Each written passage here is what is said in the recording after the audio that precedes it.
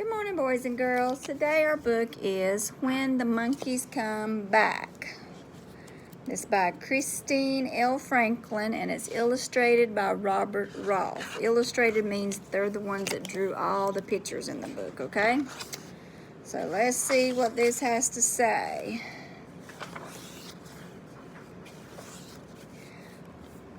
When Donna Marta was a very little girl, the valley was a peaceful place. Children giggled as they chased each other between rows of tall corn. Fathers whistled as they dug into the gardens. Mothers hummed softly as they wrapped black beans and cornmeal in banana leaves to cook. There was one old road in the valley, but it was an ox cart road, an open place for meeting friends or cousins, a nice place for walking, a sunny place for catching lizards. There weren't any cars at all. The valley was a quiet place except when the monkeys called. Now see the picture there?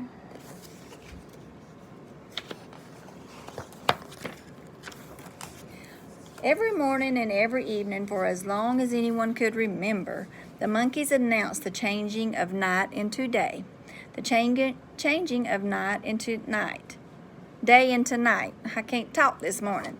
At dawn, they would howl and bark to one another, and the noise they made was like thunder in the trees. At dusk, they would hoot and scream, and each leaf and each blade of grass would tremble from the sound. See the monkeys? See their mouths here? Hooting and screaming. One day, a car chugged and sputtered up the old road. After that, more cars came. Not many at first, for the road was an ox road, not a car road. Marta was afraid of the cars. The sound and smell made her hide behind her mother's skirts.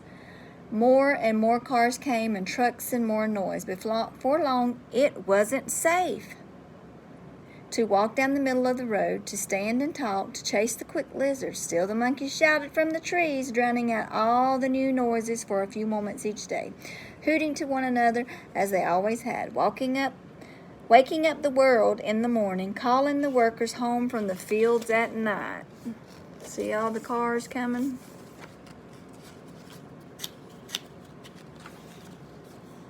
The rains came and went, and Marta's dress grew too short. And one day some men from the city came to Marta's house.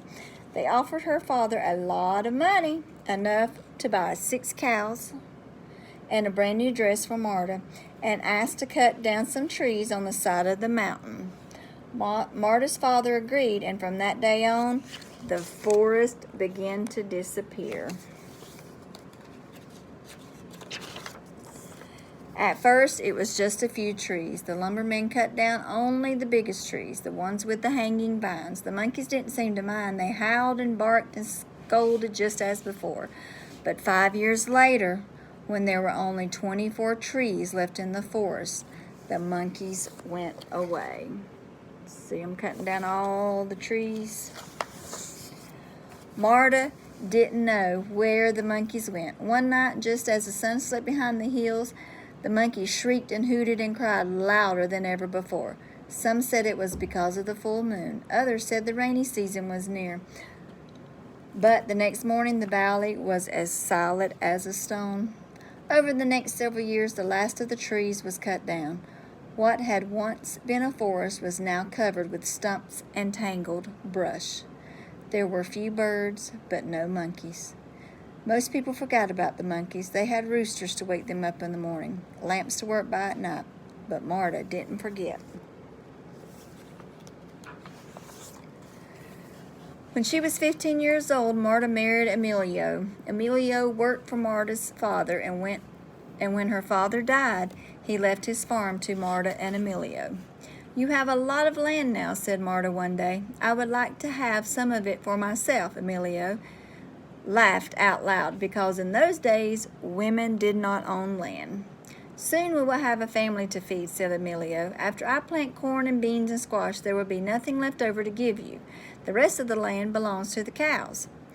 "What about the land on the side of the mountain?" asked Marta. "There are too many stumps for a garden, and it's too steep for cows." "That's true," agreed Emilio, and though it went against the custom, he gave the land on the side of the mountain to Marta. "What are you going to do with your land?" asked Emilio. "I'm going to bring back the forest," said Marta, and that is what she did. You see her here? She's planting trees back where they cut all the trees down. Marta planted trees from the foot of the mountain to as far up as she could climb. When the sun baked the ground in the dry season, she hauled buckets of water to the trees. When the hard rains washed the little trees from the soil, she gently replanted them. See her trees growing? Year after year, Marta took care of the trees. In the next 15 years, she gave birth to 11 children. Each child learned to plant and tend trees year after year. Marta's children grew tall, and so did the trees. "Coffee grows well on a mountain," Emilio would tease. "Maybe you could plant coffee on your land." But Marta didn't listen. She didn't change her mind, and the forest came back. Many more years passed. The trees grew higher and higher. Marta's children grew up and had children of their own. Emilio died and left the farm to Marta and her sons.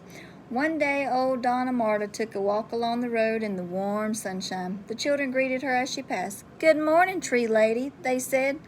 "Good morning," asked Donna Marta with a wink and an old smile. She leaned on her stick and started across the valley. Her trees touched the sky. Thick vines wrapped around their trunks. Birds of every color filled their branches. Now, wherever they dropped their seeds, new trees would grow. The valley was bright with squash and corn and beans, but the side of the mountain was a deep, dark green, forest green. Donna Marta's work was finished. Look, all the birds are back now. One night, Donna Marta couldn't sleep. As she lay in her bed, she listened to the sounds of insects, the twittering of the night birds. Out her little window, she watched the stars trail across the black sky.